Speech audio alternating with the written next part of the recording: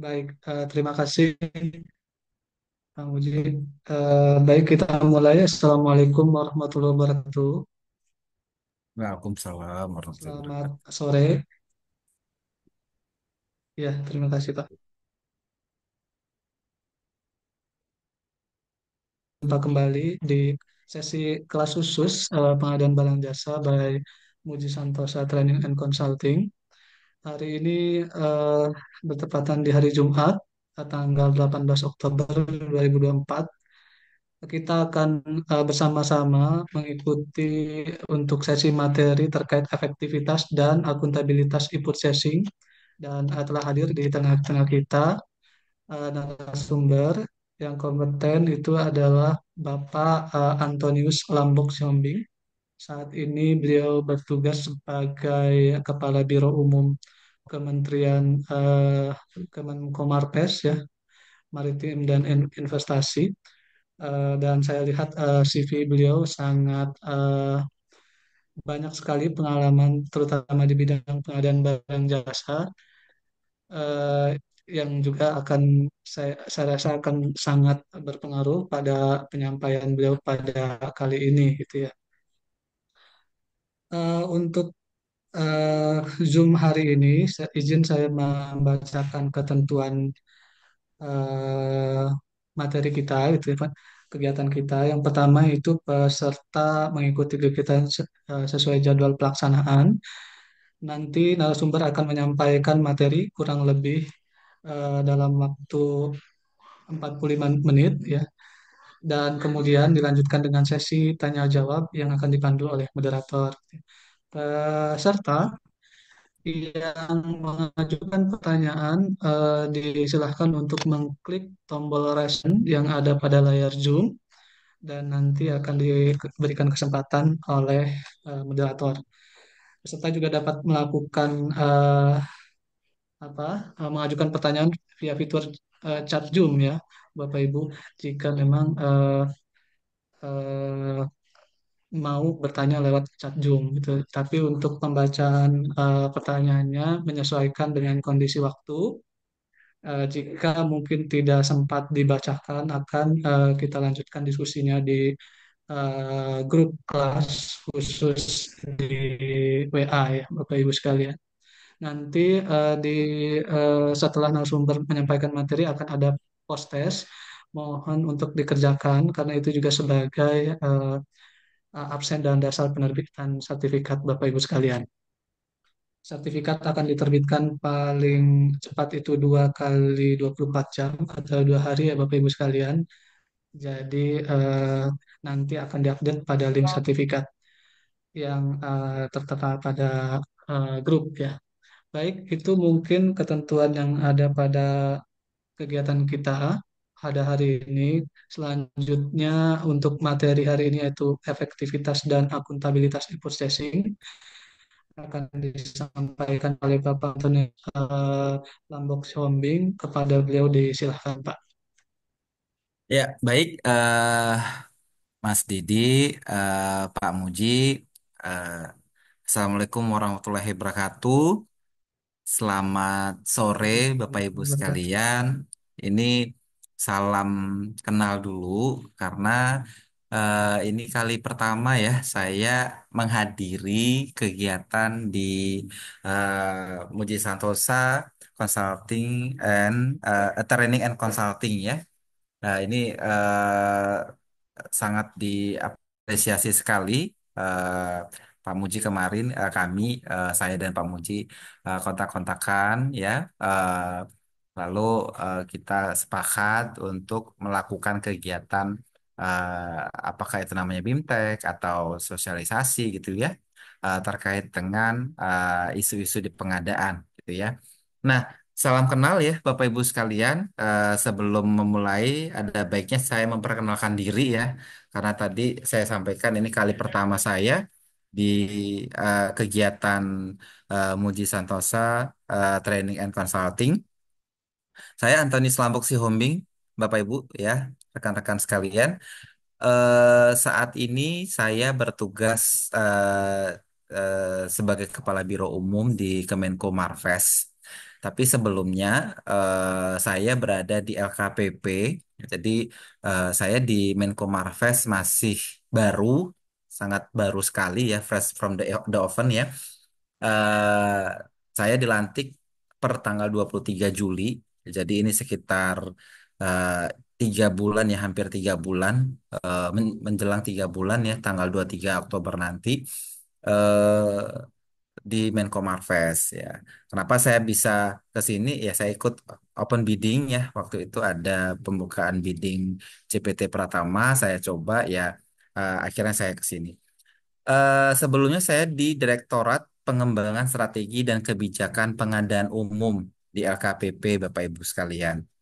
Jadi, Direktorat Pengembangan Strategi dan Kebijakan Pengadaan Umum ini mempunyai tugas dan fungsi untuk menyusun kebijakan pedoman secara makro, secara helikopter view terkait dengan pengadaan barang jasa. Ya, jadi mau kemana arah pengadaan barang jasa? Nah, ini di Direktorat Kebijakan ini yang membuat secara helikopter view-nya. Nanti spesifik teknisnya gitu ya. Nah, itu diserahkan ke masing-masing direktorat lain, Bapak Ibu. Nah, jadi waktu Pak Muji masih aktif di LKPP, nah kita sempat bertemu ya. Kami masih bertemu, eh, apa namanya, berkolaborasi bersama-sama gitu ya. Nah, jadi itu sedikit terkait dengan apa namanya, keberadaan saya Bapak Ibu sekalian. Jadi saya lumayan lama di LKPP ya. Jadi saya baru pindah itu di bulan Juli, tepatnya tanggal 23 kemarin. Ya, ini kantor saya yang ketiga ya. Jadi sebelum LKPP saya ada di BPS ya. Saya lahir di BPS untuk PNS-nya. Dari BPS baru saya pindah ke LKPP. Baru saya di Marves di transit saya yang ketiga. Saya nggak tahu nanti saya di mana lagi ya. Ya kita lihat bagaimana jalan hidup ya. Mungkin itu untuk perkenalan kita. Jadi nanti teman-teman kalau misalkan apa namanya, kita ketemu di event lain atau di situasi ataupun kondisi yang lain gitu ya. Yang pastinya yang bagus-bagus ya. Ini bisa saling bertegur sapa, saling berdiskusi gitu ya terkait dengan isu-isu pengadaan mungkin ataupun isu-isu yang lain gitu ya. Nah, di Marves karena Biro Umum ini menaungi banyak bagian ya, jadi sedikit cerita juga itu saya menaungi rumah tangga ya. Jadi Biro Umum itu menaungi rumah tangga, isu rumah tangga, terus BMN ya, bagaimana pengelolaan asetnya, lalu bagian keuangan ya, termasuk juga di bagian pengadaan. Jadi UKPBJ-nya itu di bawah saya. Nah, dengan kata lain, walaupun saya sudah tidak di LKPP, tapi yang saya kerjakan juga masih berkaitan dengan LKPP. Dan sampai sekarang, sampai tadi juga ini, saya masih kontak-kontakan sama teman-teman di LKPP, apa namanya, terkait dengan pekerjaan. Ya, jadi tidak bisa lepas dengan pengadaan walaupun udah pindah dari LKPP. Ya, itu terkait dengan pembahasan kita. Jadi di sini kita akan bersama-sama eh, apa namanya, sharing atau diskusi terkait efektivitas dan akuntabilitas e-purchasing. Ya, Bapak Ibu, teman-teman. Jadi kalau di dalam Perpres 1618 yang saat ini masih berlaku ya, Junto Perpres 1221 gitu ya. Nah, untuk e-purchasing ini eh, apa namanya, masih merupakan salah satu metode pengadaan. Ingat, ini salah satu metode pengadaan, bukan metode satu-satunya, tapi salah satu metode pengadaan. Dan eh, ruang lingkup atau cakupan dari e-purchasing itu eh, di dalam Perpres 1618 Junto Perpres 1221 itu masih berupa e-katalog dan toko daring. Ya, tapi nanti sedikit bocoran waktu kami menyusun draft revisi Perpres 1618 jilid kedua. Nah, ini rencananya di dalam Perpres nantinya yang akan terbit ya, apa namanya, mudah-mudahan bisa segera. Nah, e-purchasing ini itu sama identik dengan e-katalog. Jadi bukan pecahan dari e-katalog dan toko daring, tapi nanti toko daringnya sudah embedded, sudah di dalamnya ada di dalam e-katalog. Jadi kalau orang bilang e-purchasing itu sama dengan e-katalog, nah toko daringnya itu di dalamnya e-katalog. Jadi kayak single sign on, mereka tergabung gitu ya. Kalau sekarang kan masih terpisah, e-katalog sendiri, toko daring sendiri gitu kan ya. Tapi nanti kalau misalkan Perpres 1618 revisi keduanya terbit, nah ini e-katalog di dalamnya sudah ada toko daring. Ya, itu sedikit ya tambahan terkait dengan apa yang sudah saya kerjakan terakhir di LKPP. Jadi eh, terakhir saya mengerjakan revisi Perpres 1618 jilid kedua, lalu revisi peraturan LKPP nomor 12 tahun 2021 tentang khususnya untuk lampiran desain and build, itu lampiran lampiran dua, sorry, lampiran tiga dan lampiran 6 ya. Karena kan lampiran satu dua itu pedoman untuk eh, barang, lampiran satu, lampiran dua itu jasa pekerjaan konstruksi, lampiran tiga itu design and build-nya. Sedangkan MDP-nya itu di lampiran 6. Nah, lalu kami juga melakukan revisi perlem-perlem yang lain termasuk perlem swakelola, pengecualian dan seterusnya. Tapi masih menunggu penetapan yang sudah terbit minggu lalu ya, minggu lalu atau minggu ini ya. Nah, itu peraturan AKPP nomor 12 tahun 2021 revisinya ya untuk lampiran design and build. Ya, itu kita bahasnya sama teman-teman PUPR ya. Tapi ini kita bahas untuk e-purchasing dulu ya. Oke. Ini boleh next slide.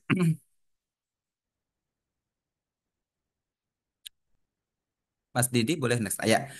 Nah, jadi ketika kita berbicara e-purchasing, tadi kan sudah saya sampaikan ya, kalau di Perpres 1618 yang existing sekarang, ketika kita berbicara e-purchasing, ini orientasinya adalah e-katalog dan toko daring.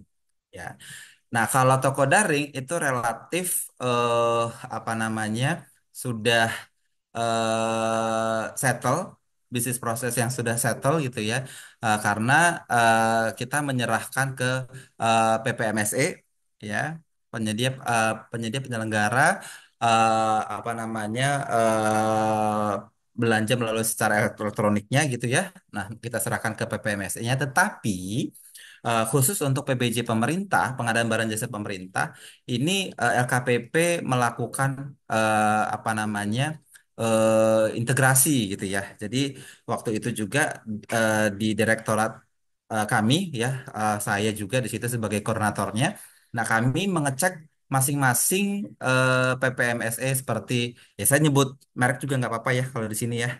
Jadi kayak misalnya Bineka gitu ya, terus Grab gitu ya. Nah, kita tanyakan ke masing-masing online shopnya, PPMSE-nya, apakah mau berintegrasi dengan kita dengan catatan apa namanya, penyampaian datanya itu kita bisa akses gitu ya, monitoringnya itu kita bisa akses, sehingga tarikan-tarikan data untuk kebutuhan monitoring kita bisa dapatkan. Nah, ada beberapa yang menerima, ada yang tidak. Salah satu yang tidak menerima adalah, yang tidak mau integrasi adalah Shopee.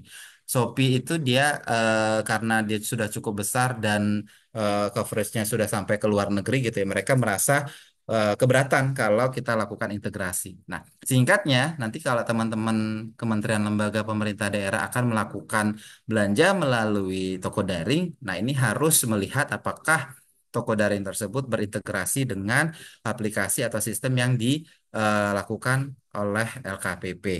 Itu untuk yang toko daring. Nah, sekarang yang e-katalog. Nah, katalog ini kita punya dasar apa namanya, pengaturannya juga ya Bapak Ibu. Ya, ini di Perpres 1618 tadi sudah saya jelaskan, junto Perpres 1221, Peraturan LKPP nomor 9 tahun 2021. Nah, ini belum dicabut ya. Jadi masih berlaku.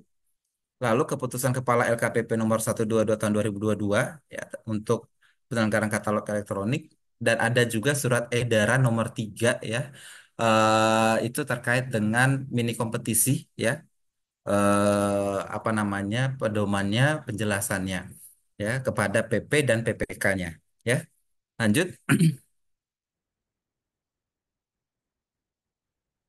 Next slide. Nah, saya ingin memulai dari yang basic dulu, Bapak Ibu. Kenapa? Karena kadang-kala gini ya, ketika kita akan melakukan pengadaan melalui e-purchasing atau e-katalog gitu kan ya, orang eh, langsung main comot saja, langsung oke saya mau ini ya gitu ya, vendor ini gitu, atau bahkan yang lebih radikal lagi gitu ya. Kadangkala kebutuhannya tiba-tiba muncul, si vendornya tidak ada di e-katalog, ternyata besok sudah ada di e-katalog, ya kan? Nah, ini yang ingin saya bawa ke teman-teman sekalian adalah prinsip atau mindset bagaimana kita melakukan pengadaan barang jasa yang benar, ya. Nah, itu kita mulai kembali apa namanya merefleksikan apakah yang kita lakukan itu sudah melaksanakan tujuan pengadaan. Ya, jadi di sini tujuan pengadaan itu harus menghasilkan barang jasa yang tepat. Tepatnya apa ya? Yaitu dari sisi kualitas, kuantitas, waktu, biaya, lokasi, dan penyedia. Nah, bagaimana merealisasikan tujuan pengadaan ini, ya, tepat kualitas, tepat kuantitas, tepat waktu, tepat biaya, tepat lokasi, dan tepat penyedia. Nah, ini yang menjadi poin pentingnya. Apakah ketika kita akan melaksanakan pengadaan dengan langsung mencomot tanpa melakukan analisa pasar, itu udah tepat belum dalam memilih si penyedianya? Udah tepat belum untuk membelanjakan sejumlah uang ini dengan kualitas yang tepat? Jangan-jangan tidak.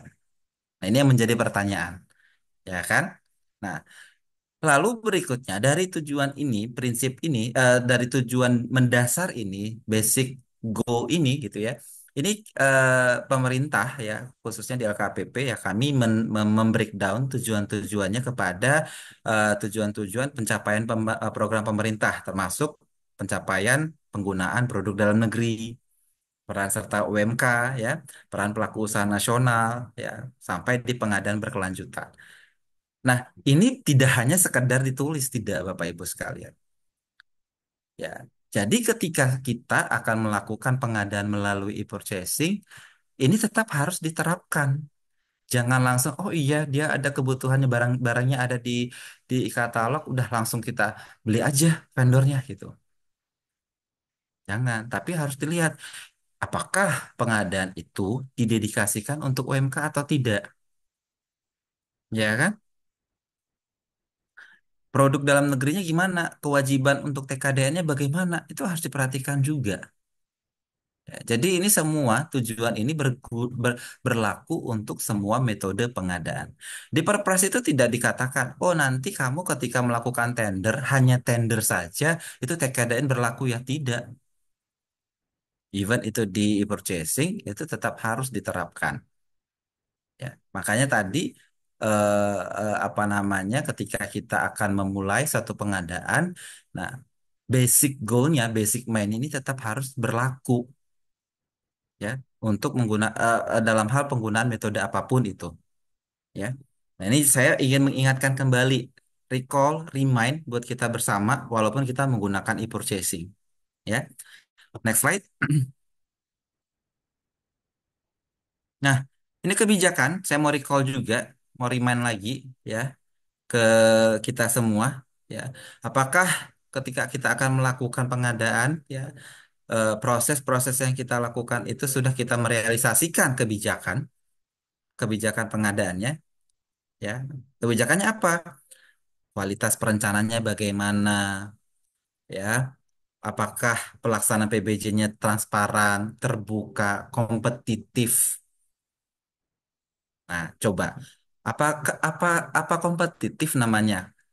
Kalau misalkan kita punya kebutuhan, terus tiba-tiba kita eh, apa namanya si vendornya nggak ada, terus kita minta masuk dia ke dalam e-katalog gitu ya, supaya besok kita bisa beli, langsung diklik.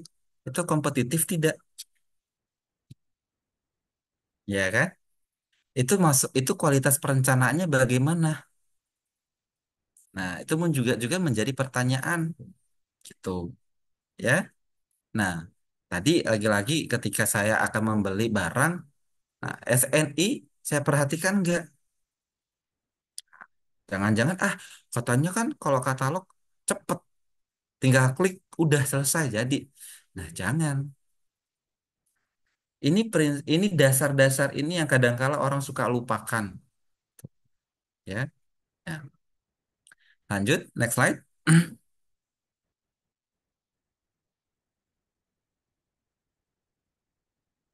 Nah, ini dasar berikutnya juga nih, basic mind yang harus kita ingat bersama-sama.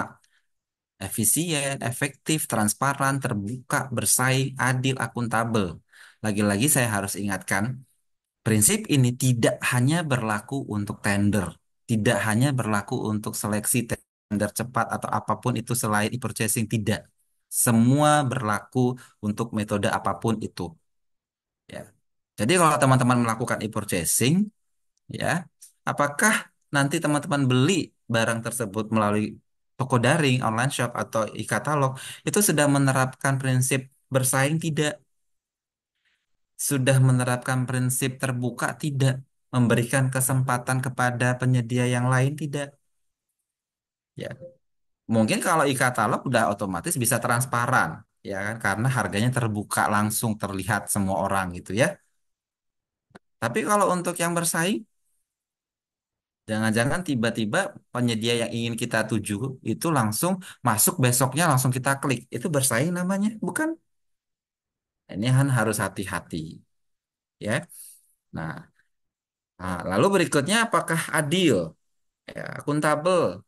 Nah, ini yang harus kita lihat. Saya kalau di biro umum saya berkali-kali bilang tuh sama teman-teman UKPBJ, saya nggak mau walaupun kalian menggunakan e-katalog, tapi analisa pasarnya tidak dilakukan. Harus ada pembandingnya. Dilihat, ya, apakah ketika nanti mau beli sudah diidentifikasi TKDN-nya, apakah itu UMKM, apakah itu apa namanya sudah ada pembanding harga, ya, dengan vendor-vendor yang lain gitu ya. Nah, persaingan apa namanya competitiveness-nya itu tetap dijaga. Bagaimana cara melakukan competitiveness-nya itu?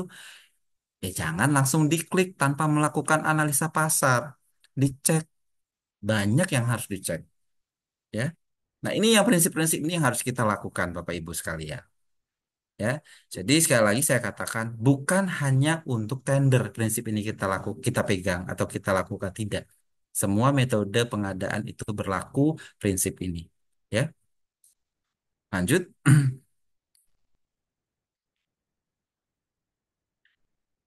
Nah, ini untuk yang PDN, teman-teman sekalian, ini juga di dalam aturannya, ya, mulai dari undang-undang, PP, PP 29 gitu ya, sampai ke peraturan presiden, peraturan LKPP gitu ya. Nah, ini berlaku untuk semua metode, ya. Kewajiban PDN, kewajiban TKDN gitu ya. Nah, di Inpres bahkan di tahun 2022, ya, ini LKPP, ya, ini ketepatan di direktorat kami ya di kebijakan waktu itu ini menginisiasi ini Inpres nomor 2, bagaimana percepatan penggunaan produk dalam negeri, ya, khususnya dalam pengadaan barang jasa pemerintah gitu ya. Nah, ada pengalokasian, ya. Jadi pengalokasian apa namanya anggaran sebesar 40% untuk produk usaha mikro, usaha kecil dan koperasi yang menghasilkan produk dalam negeri. Ya, jadi 40% nilai anggaran belanja barang jasa, ya, untuk menggunakan produk UMK koperasi dari hasil produk dalam negerinya. Itu 40%, ya. Nah, lanjut.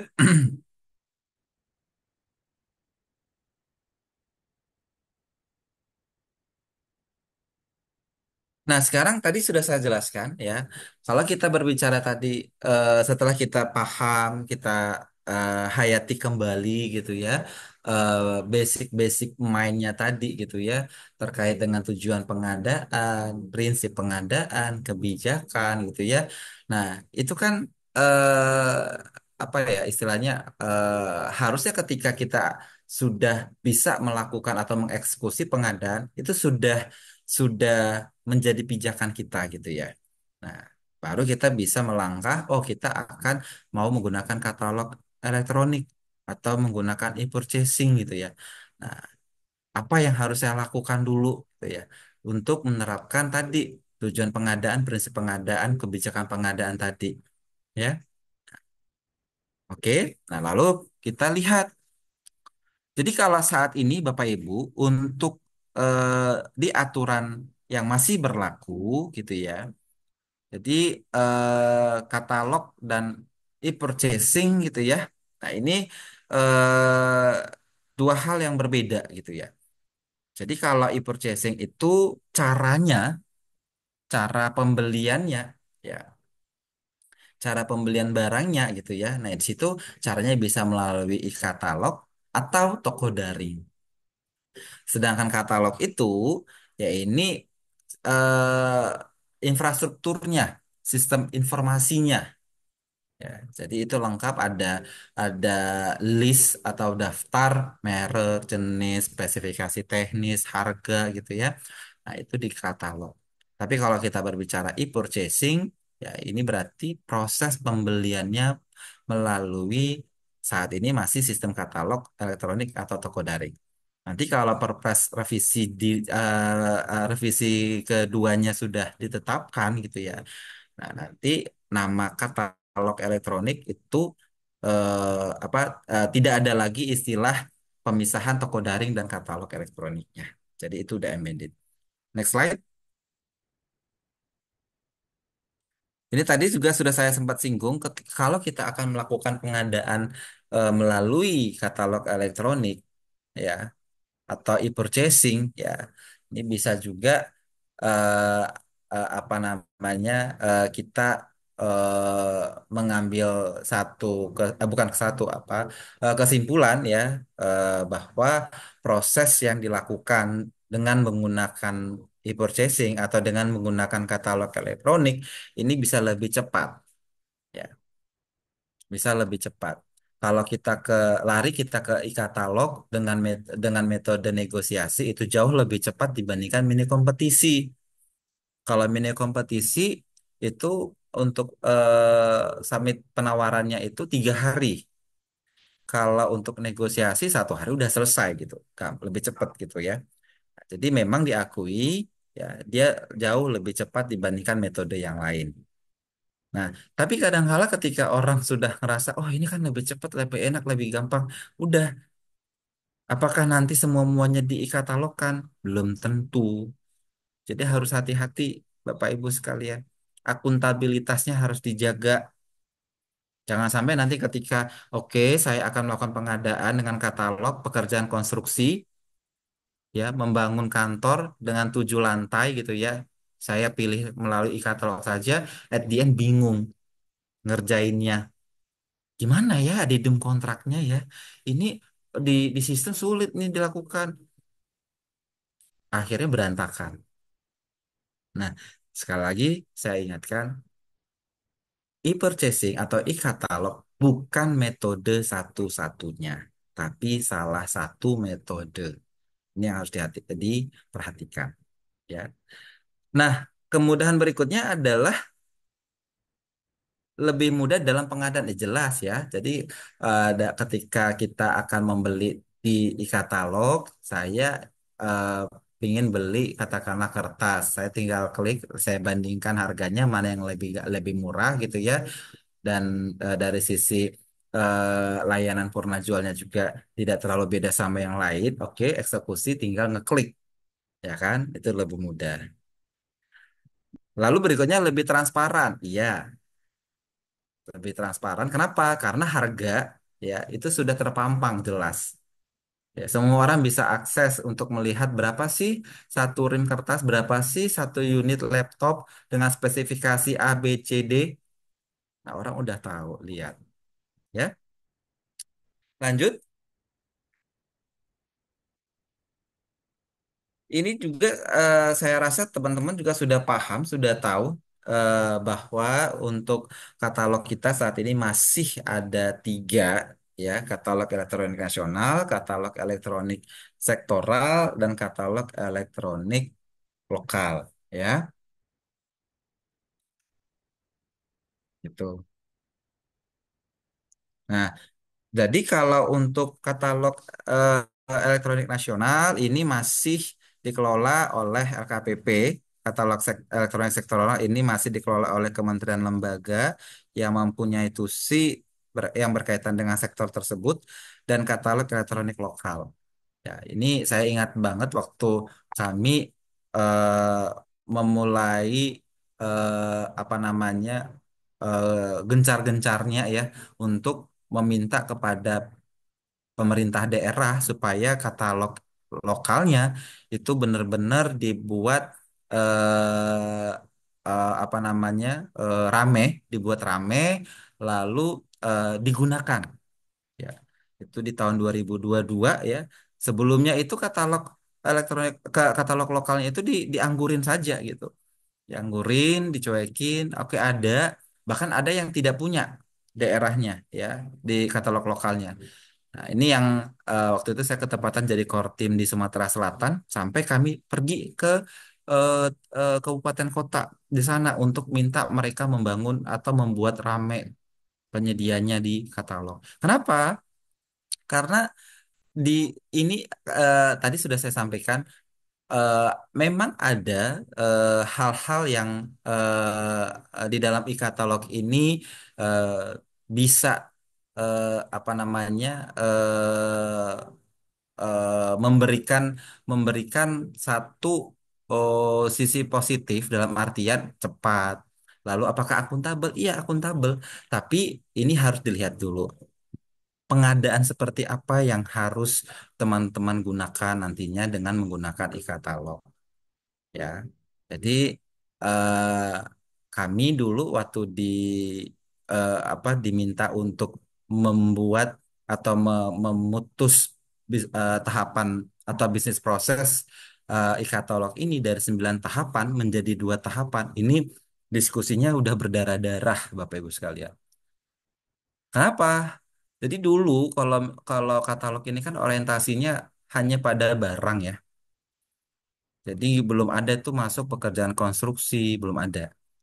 Ini barang. Bagaimana kita ingin membeli barang yang sudah jelas spesifikasinya gitu, ya. Detailnya bagaimana. Ketika saya mau klik dengan spek A, B, C, ya itulah yang saya dapatkan gitu. Tapi ketika katalog ini diperluas di sektor lain, pekerjaan konstruksi. Nah, ini kan yang harus kita tarik mindset barang ke sektor lain, ke pekerjaan konstruksi atau ke pekerjaan yang lainnya. Bahkan nanti di Perpres 1618 jilid kedua, itu untuk jasa itu akan dibuka, ya. Tapi sekarang belum, untuk yang aturan sekarang belum. Nah, kembali lagi tadi saya katakan. Jadi ketika ketika apa namanya bisnis prosesnya itu di dipotong gitu, ya, dari 9 tahapan menjadi 2 tahapan gitu, ya. Nah, ini kembali kepada kita sebagai buyer. Apakah kita mau menjadi smart buyer atau tidak, ya? Kalau kita nggak mau jadi smart buyer, nah ini cilaka 13, Bapak Ibu sekalian. Nanti ditanya, kok kamu beli ini? Kok kamu pilih si vendor A? Gitu. Kenapa kamu beli barang ini ke dia? Kok mahal banget harganya? Nggak bisa jawab. Udah, hajablah kita. Gitu. Ya, harus hati-hati. Jadilah smart buyer. Walaupun kita menggunakan e-katalog. Nah, khususnya untuk di katalog lokal, saya waktu menjadi kortim di sana gitu, ya, saya berkali-kali saya bilang, tolong dibuat variasi apa namanya keanekaragaman katalognya gitu, ya, sesuai dengan kebutuhan di di daerah di sana, pemerintah daerah di sana, dan dibuat rame.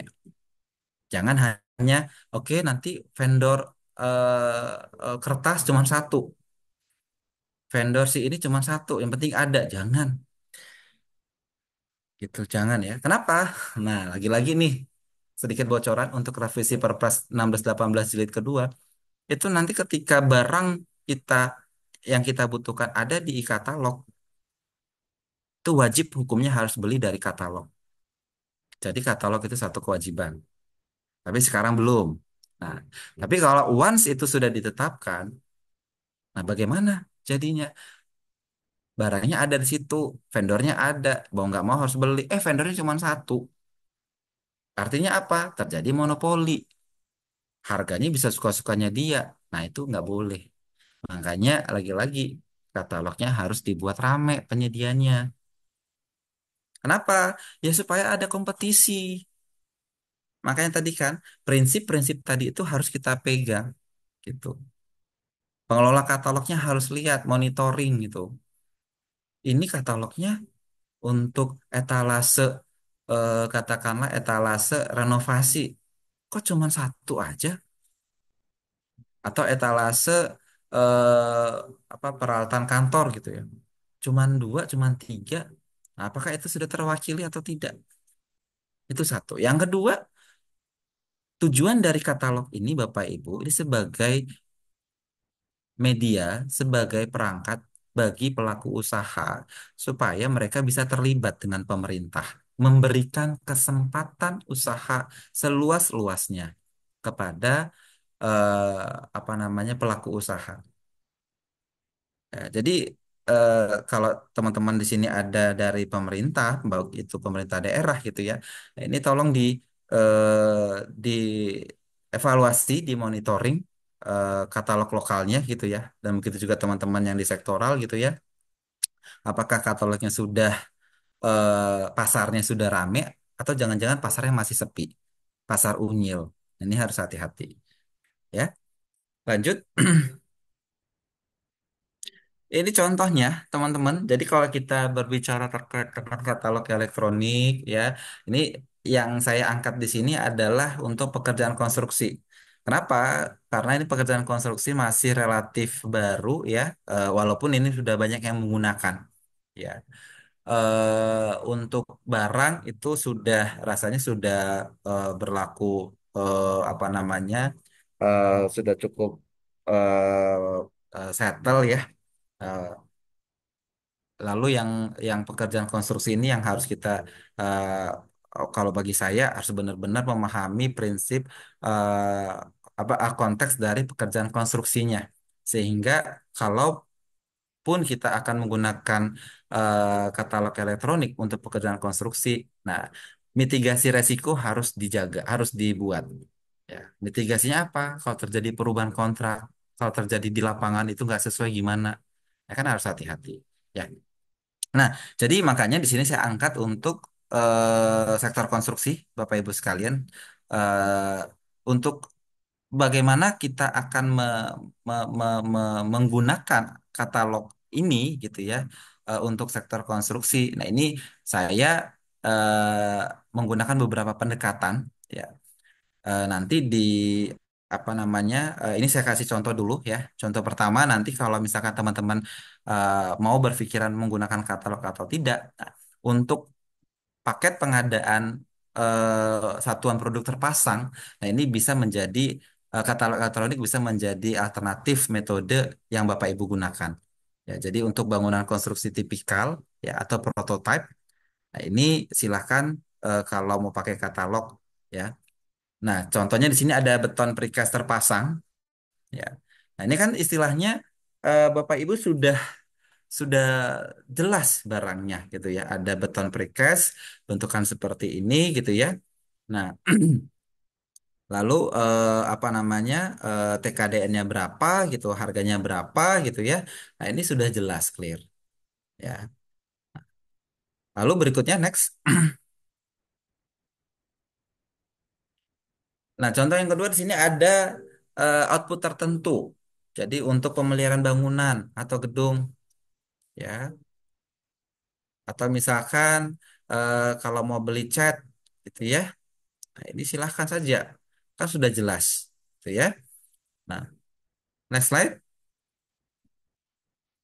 Nah, ini untuk output tertentu rumah layak huni ya untuk rumah dinas Nah, ini silakan juga. Tapi rumah dinas yang di sini ya yang apa namanya, yang bukan yang kompleks ya. Jadi cukup satu lantai ya, dengan luasnya sekian sekian ya. Jadi ketika nanti teman-teman akan mengklik rumah dinas ukuran sekian sekian satu lantai gitu ya. Nah itulah yang akan didapatkan sesuai dengan apa yang ditayangkan di e-katalognya ya. Lanjut, next slide. Nah, atau bahan material. Kalau mau beli pasir, batu, kerikil gitu ya. Nah, ini juga bisa menggunakan katalog elektronik ya. Lanjut, atau dengan cara supply by owner. Kalau supply by owner ini berarti si PPK-nya nih yang beli nih materialnya. Jadi nanti akan ada pekerjanya, kontraktornya, tapi untuk material-materialnya itu menjadi tanggung jawab si PPK-nya. Ya. Oke. Bisa menggunakan katalog elektronik kalau mau membeli materialnya. Ya, lanjut.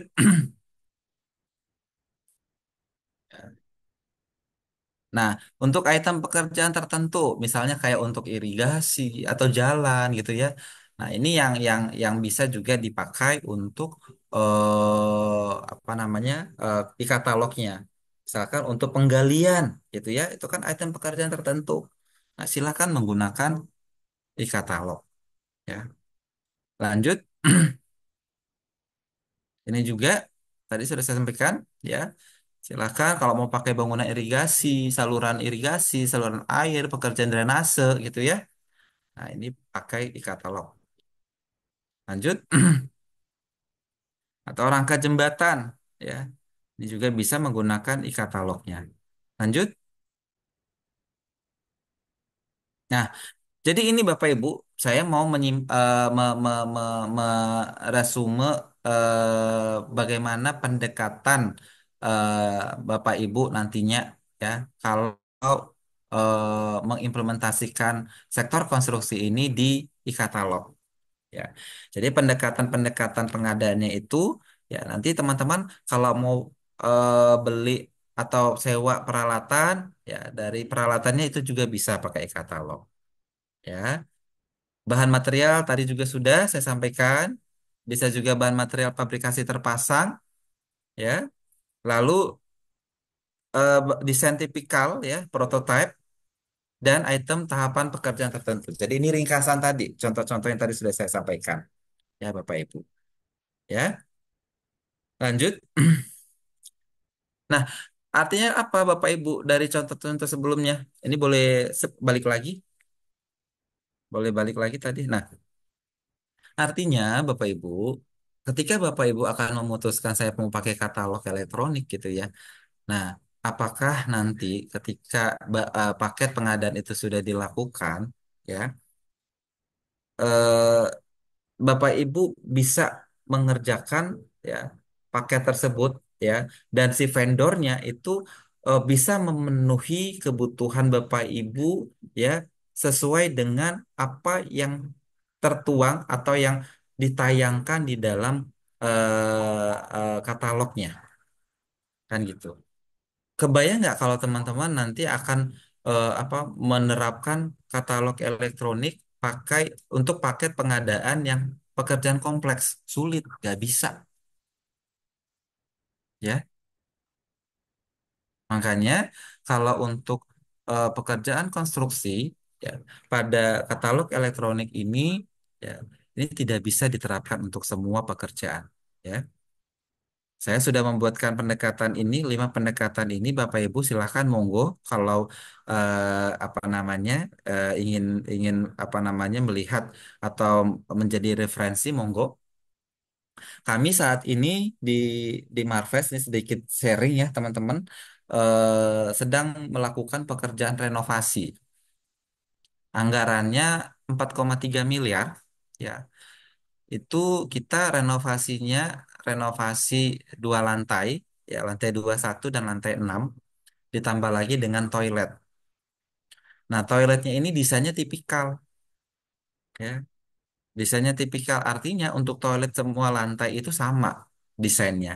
nggak berbeda gitu ya. Nah, sedangkan untuk lantai 6 itu ruang kerja dengan notabene ya ruang kerja seperti biasa gitu ya. Lalu lantai 21 itu public space.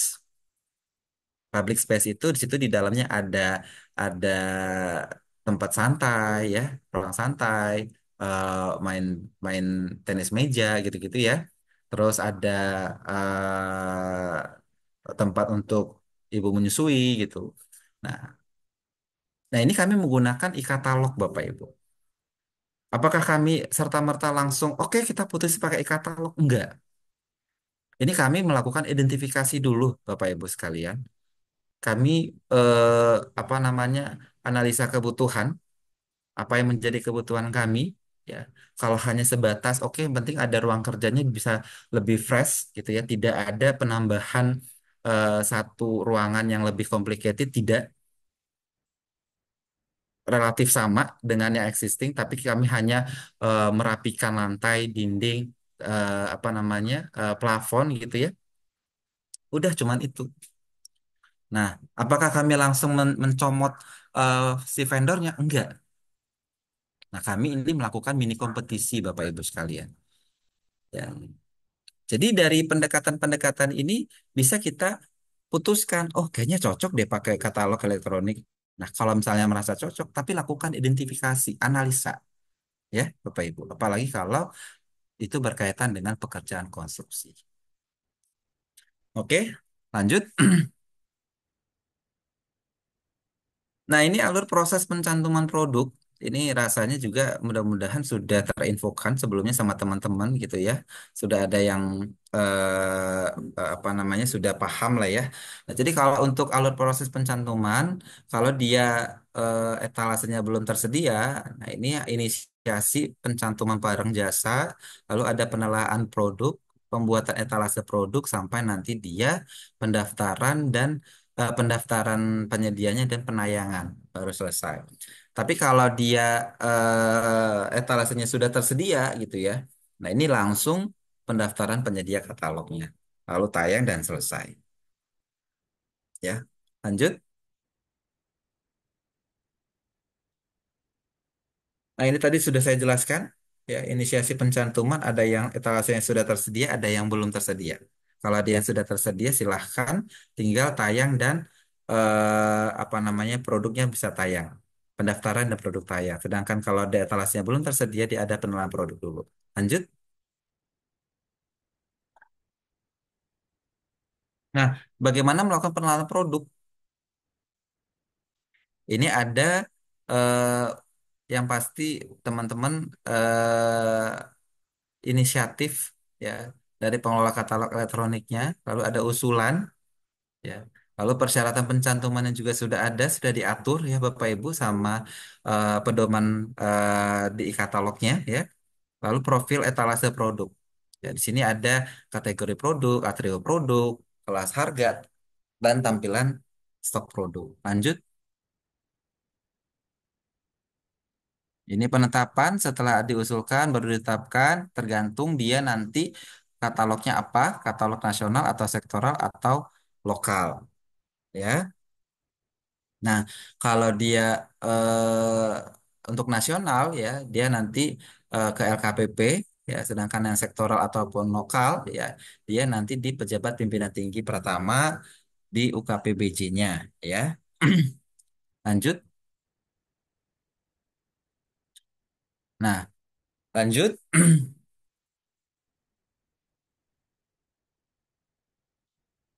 Ini ketika akan mendaftarkan apa namanya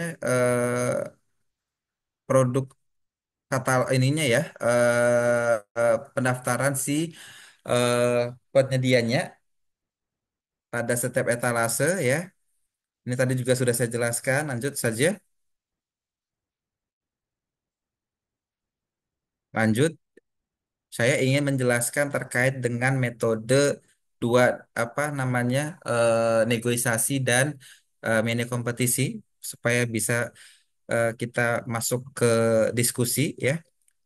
Ini lanjut saja, next slide, next slide.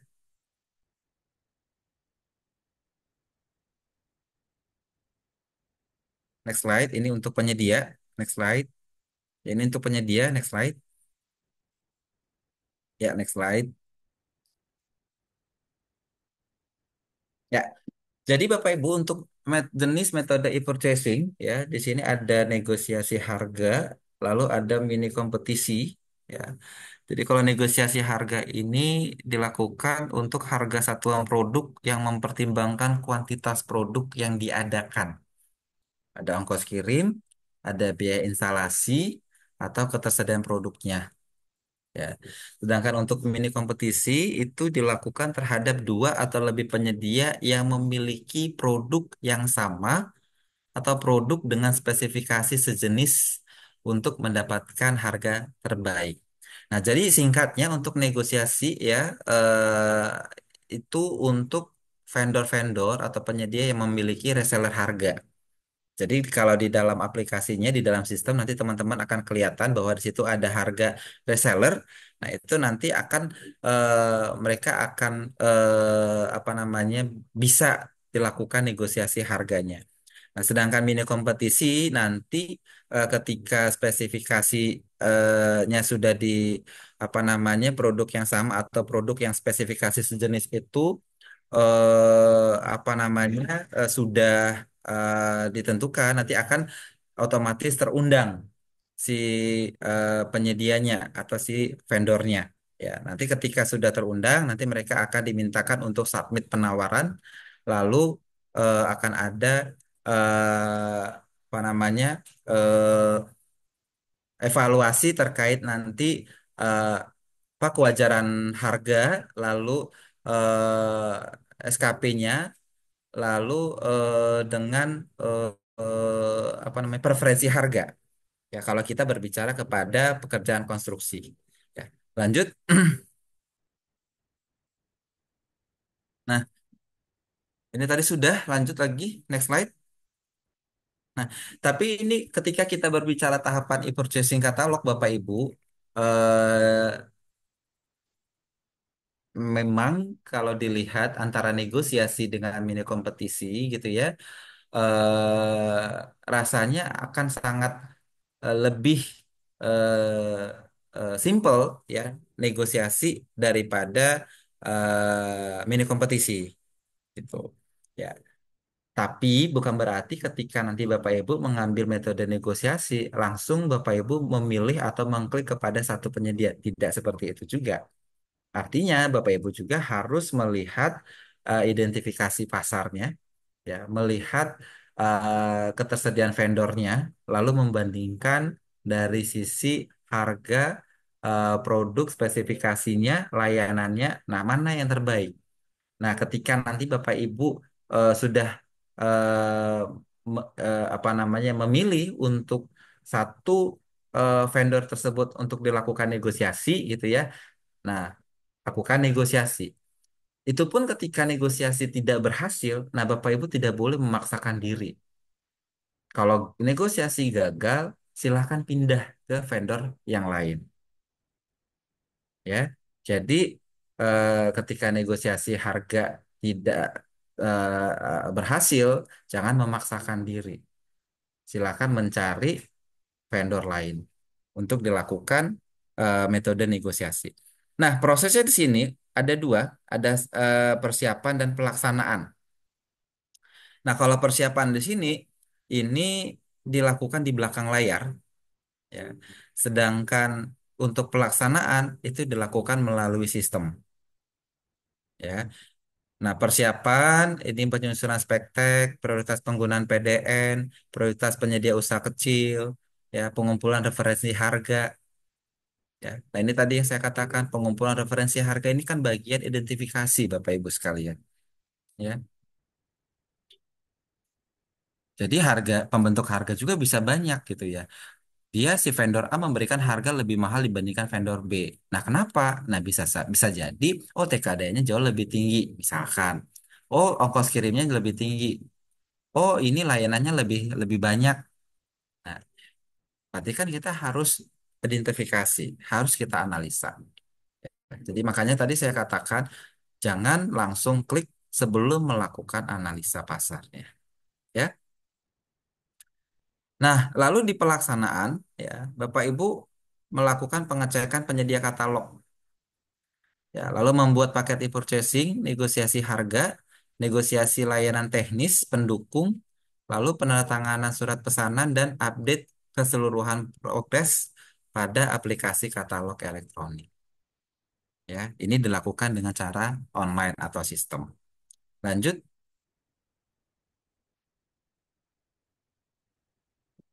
Nah, untuk eh, apa namanya alurnya, ya ini tadi spesifikasi teknis, lalu teman-teman dalam menyusun spesifikasi teknis itu apa yang harus dilihat, prioritas PDN, prioritas UMKK-nya, ya, lalu harga terbaik, ya. Lanjut.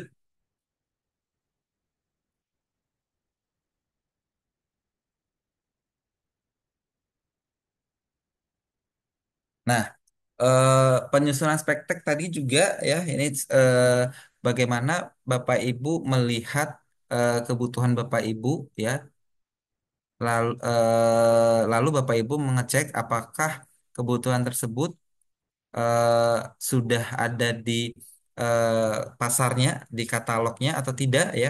Nah, ini perlu dilakukan penyesuaian spesifikasi, ya. Jadi spesifikasi teknis dapat disesuaikan dengan data atau informasi pasar terkini. Ya, kalau seandainya Bapak Ibu, oh ini laptopnya maunya 256 giga gitu ya, tapi ternyata yang tersedia ada 512 gitu ya. Nah, kalau oh ternyata ini dia dia naik nih kecepatannya atau memorinya gitu ya. Dicek dari sisi anggaran, dari pagu cukup masih memenuhi, ya silahkan disesuaikan gitu. Ya. Lalu penyebutan merek. Ini spesifikasi teknis juga dapat melakukan penyebutan merek, ya. Lanjut, next slide. Selanjutnya di TKDN, ya, ingat kewajiban TKDN plus BNP di atas 40%, ya, dengan nilai TKDN 25%. Lalu kalau di kelompok wajibnya tidak ada, ya, Bapak Ibu tidak diperkenankan langsung membeli impor, tidak boleh, ya.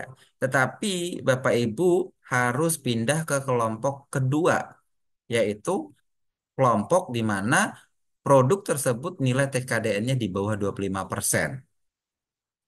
Kalau tidak ada juga di sini kebutuhan Bapak Ibu, nah jangan langsung beli impor, tidak boleh. Tapi pindah ke kelompok berikutnya yang di bawahnya, yaitu produk PDN tanpa TKDN. Ya. Jadi Bapak Ibu udah harus bisa bedakan apa beda antara PDN dan TKDN. Ya. Kalau TKDN itu sudah pasti PDN, ya. Tapi kalau PDN belum tentu TKDN. Ya, jadi Bapak Ibu harus hati-hati kalau berdasarkan undang-undang pemberdayaan industri, di situ ada penjelasan PDN. Kalau PDN itu dia yang diolah di wilayah NKRI, diproduksi di wilayah NKRI, lalu menggunakan sebagian tenaga kerja Indonesia, lalu materialnya dari Indonesia. Nah, sedangkan TKDN itu ditandai dengan sertifikat, Bapak Ibu. Sertifikat tingkat komponen dalam negeri. Jadi ada yang mensertifikatkannya. Nah, kalau PDN, ya, sampai saat ini ya belum ada sertifikat PDN. Adanya sertifikat TKDN, ya. Nah, tapi ketika dia PDN, dia masih boleh menjadi alternatif apa namanya kelompok yang dibeli ketika kewajiban-kewajiban yang tadi di atas itu tidak ada kebutuhan kita di sana itu, ya. Jadi harus berjenjang, ya Bapak Ibu. Nah, ketika itu tidak ada juga di kelompok produk PDN tanpa TKDN-nya, nah baru beli produk impor, ya. Itu pun serta merta tidak apa Bapak Ibu tidak langsung eh, diizinkan langsung beli. Kenapa? Ya harus buat justifikasinya. Ya, justifikasinya lalu buat surat izin dari pimpinan tertinggi instansinya. Lanjut,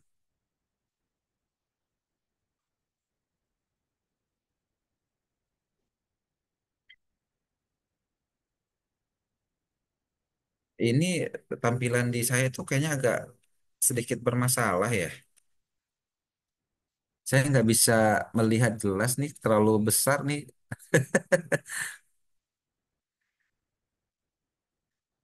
Bisa dikecilin dikit nggak ininya? Ya, ini terlalu zoom out, jadi terlalu besar. Jadi saya nggak bisa ngelihat secara keseluruhan. Di di zoom zoom in dulu, Seperti ini, Pak. dikecilin lagi, boleh? Oke,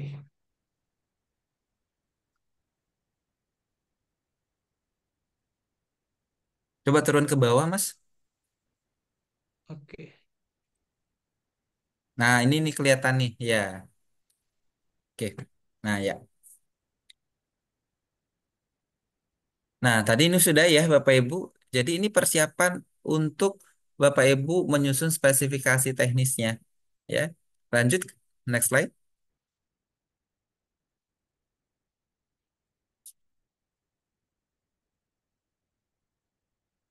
Nah, baru berikutnya ke usaha kecil, UMK, ya. Lihat, teman-teman sudah pasti tahu, saya yakin ya, bahwa untuk yang usaha kecil itu dia di bawah 15 miliar, ya. Nanti yang non UMK, non non non kecil, yang non kecil itu dia di atas 15 miliar. Lanjut.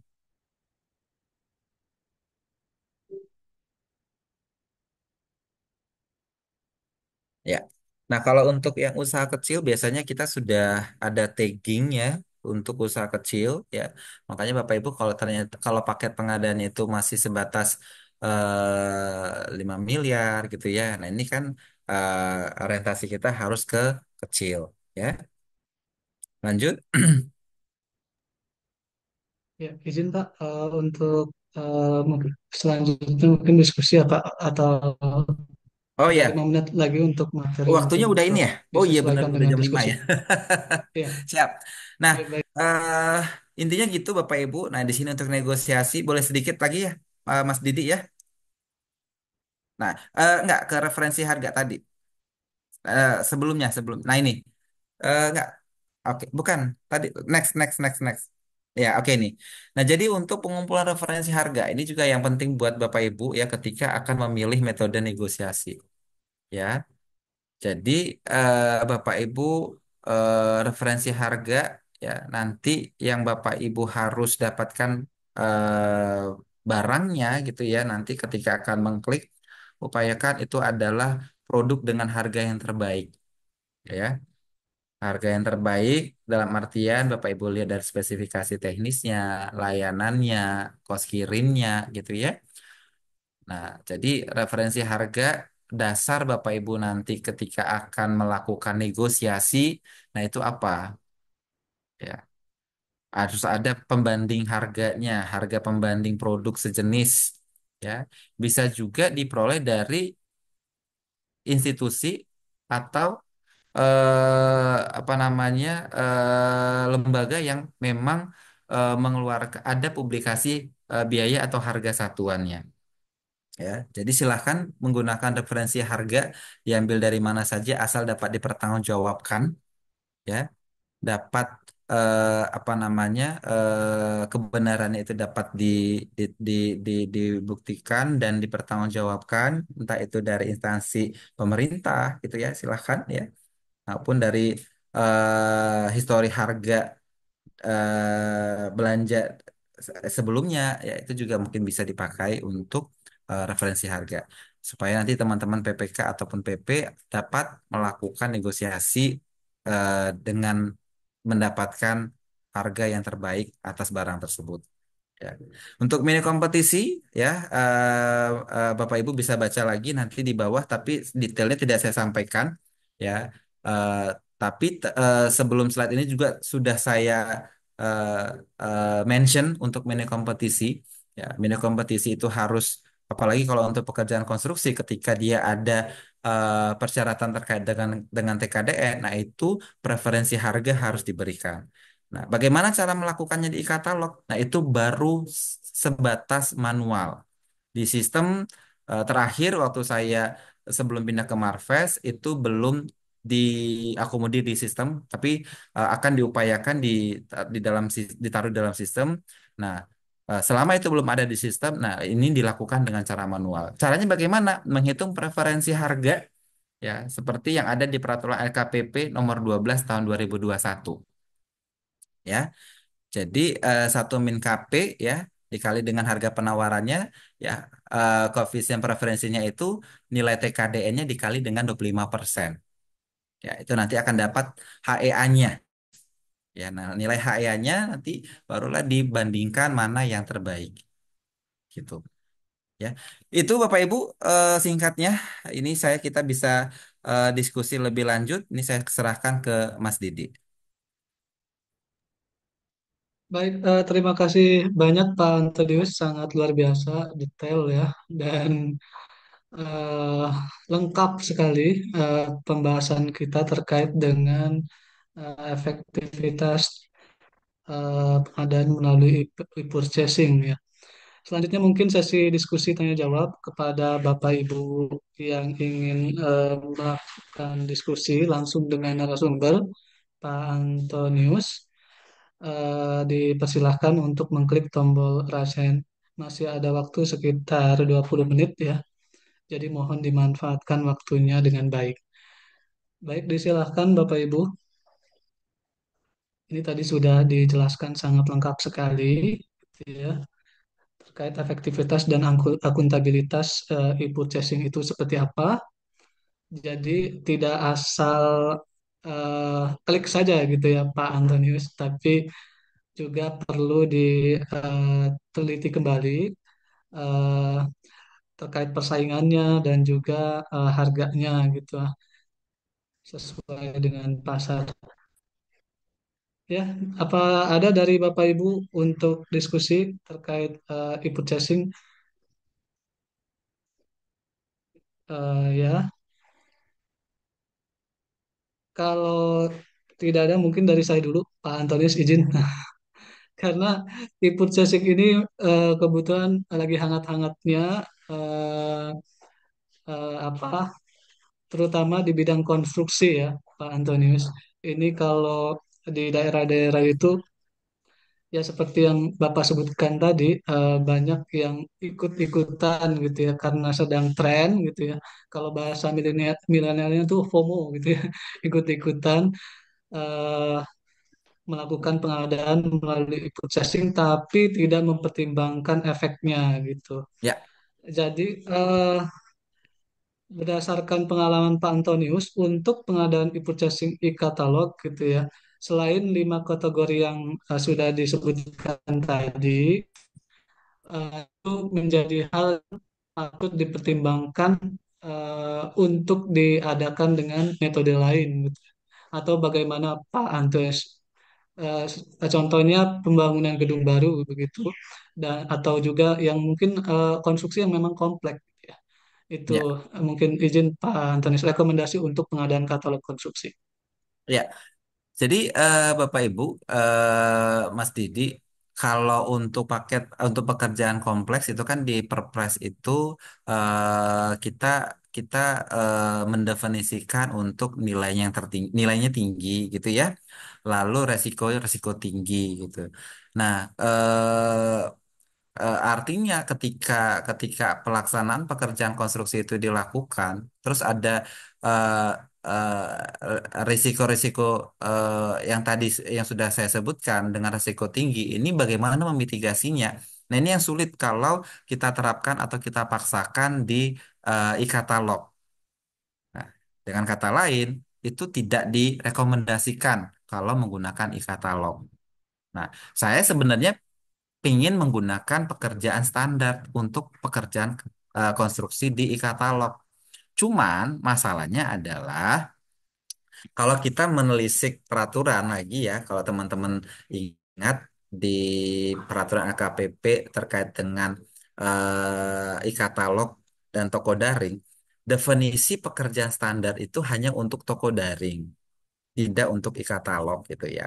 Kecuali, kecuali tadi ya, kalau Perpres 1618 jilid kedua sudah ditetapkan, nah ini bisa kita pakai. Kenapa? Karena e-katalog dengan toko daring akan embedded, akan satu gitu kan.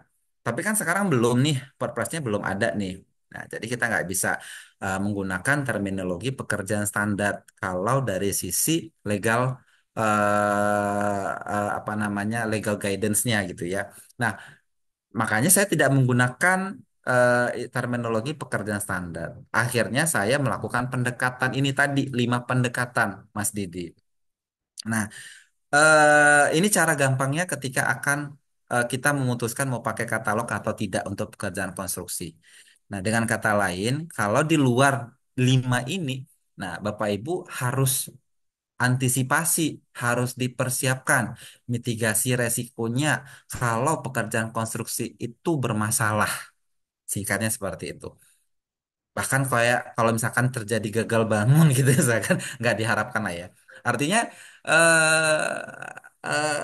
mindset kita teman-teman Bapak Ibu ya harusnya berpikir seperti kita akan membeli barang gitu ya. Seperti tadi yang saya di awal saya sampaikan, katalog ini kita bangun, LKPP bangun itu didedikasikan untuk barang sebenarnya Bapak Ibu. Ya. Cuman karena perkembangan zaman gitu ya, perkembangan kebijakan ya, mau ada percepatan gitu. Waktu itu kita di LKPP dilakukan rapat ya, pembahasan berkali-kali gitu ya. Nah, ini dilihat mana ya metode yang tercepat, yang paling cepat untuk kita bisa melakukan proses pengadaan. Ya, tidak hanya di barang gitu ya. Kalau tender cepat memang ada gitu ya. Tapi kan tender cepat ya teman-teman paham lah ya.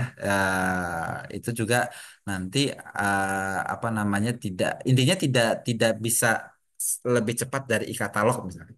Nah, tapi di sisi lain tidak hanya itu yang harus difikirkan teman-teman ya. Resiko. Nah, itu yang harus kita pikirkan.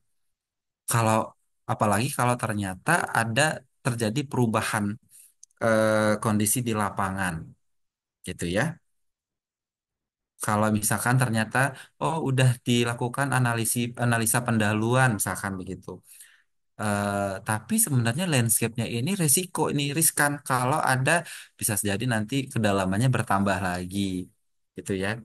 Nah, apakah iya saya akan menggunakan katalog gitu ya. Atau misalkan mau membangun gedung kantor ya, membangun dari awal sampai dia tegak berdiri 10 lantai itu.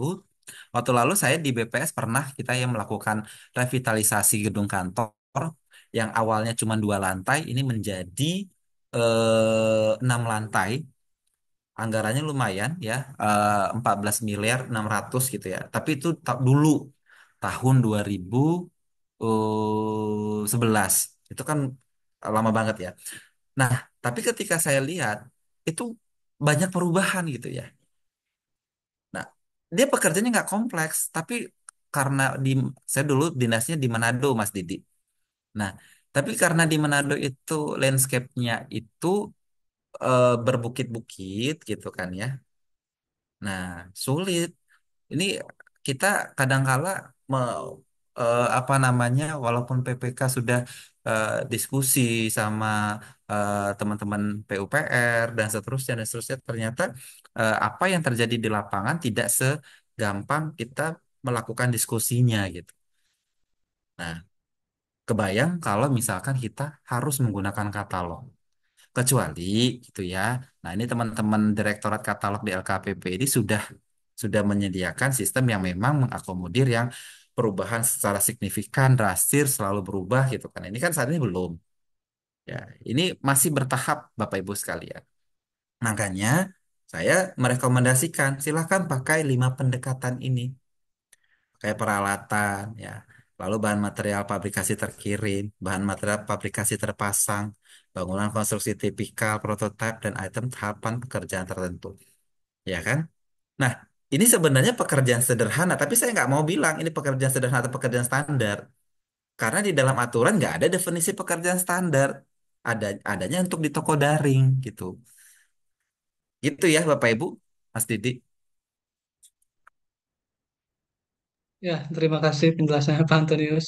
Ya, dari Bapak Ibu yang lain, eh, masih ada beberapa menit lagi untuk langsung berdiskusi dengan Bapak narasumber. Ini Pak Brandus. Pak Brandus mau menyampaikan pertanyaan secara langsung, Pak. Disilahkan, Pak, kalau mau menyampaikan langsung.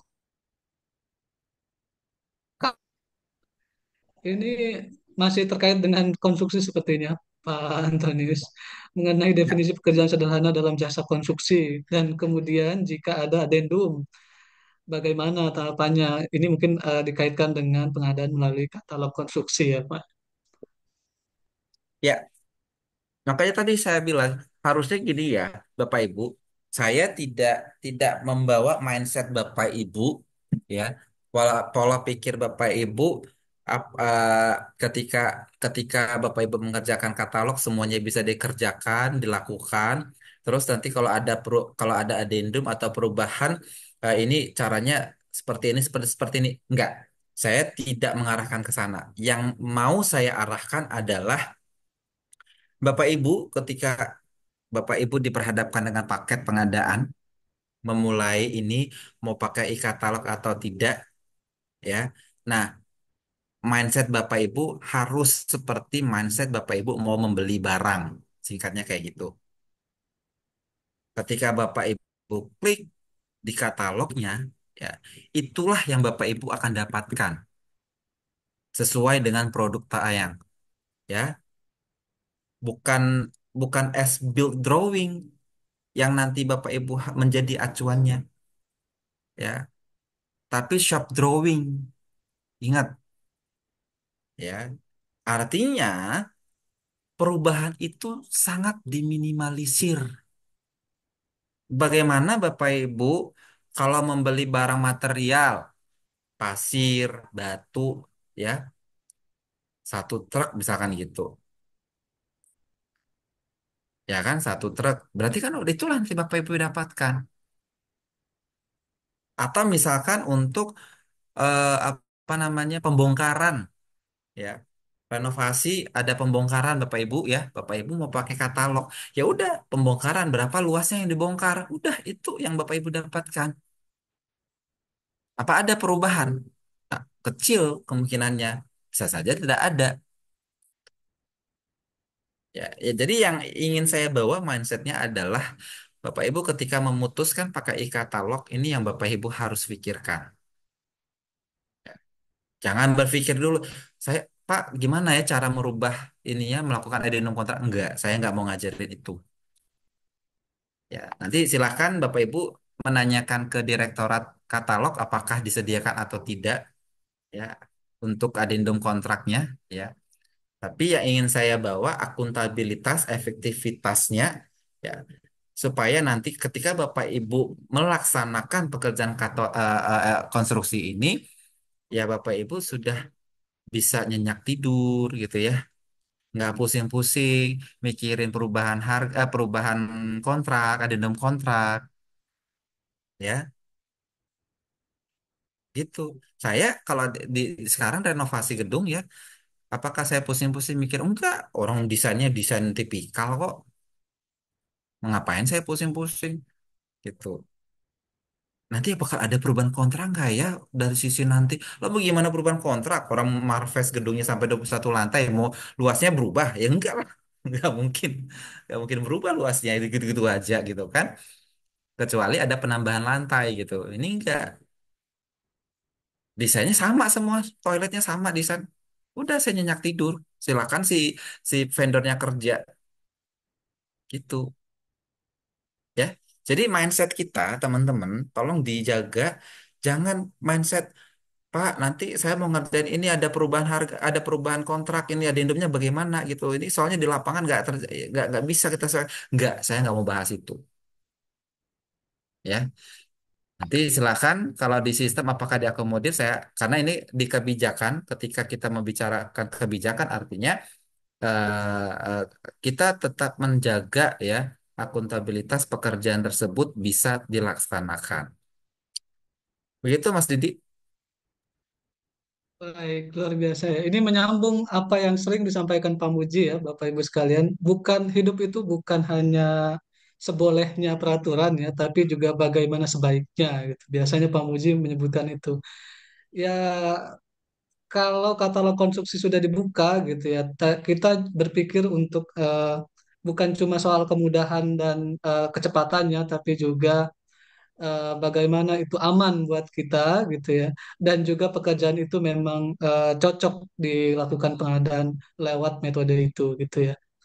Ya, ini mungkin kesempatan terakhir diberikan Bapak Ibu yang ingin diskusi langsung sebelum ditutup karena waktunya memang sudah habis. Masih ada? Jika tidak ada, kami mungkin eh, berikan kesempatan kepada Pak Muji untuk jika ada hal-hal yang ingin disampaikan, silakan Pak Muji. Baik, terima kasih ya. Saya lagi di parkiran bandara, jadi suara saya nggak jelas mungkin. Silakan dilanjutnya Pak Didi. Kalau nggak, kita tutup aja. Masih. Baik, terima kasih. Mungkin closing statementnya dari Pak Antonius sebelum kita tutup kegiatan hari ini, Pak. Disilakan. Ya, terima kasih Mas Didi. Yang ingin saya tekankan di sini Bapak Ibu, ya sekali lagi, ya walaupun berkali-kali sudah saya sebutkan, e-purchasing ya atau e-katalog, kalau misalnya teman-teman akan memilih e-katalog, ingat itu bukan metode satu-satunya, salah satu metode itu. Nah, sekarang yang menjadi pertanyaan teman-teman, bagaimana Bapak Ibu mulai melakukan pengadaan itu, mulai dari perencanaan, ya, persiapan, proses pemilihan, pelaksanaan kontrak sampai diserah terima gitu ya. Nah, ini sudah dipersiapkan benar-benar secara matang atau tidak.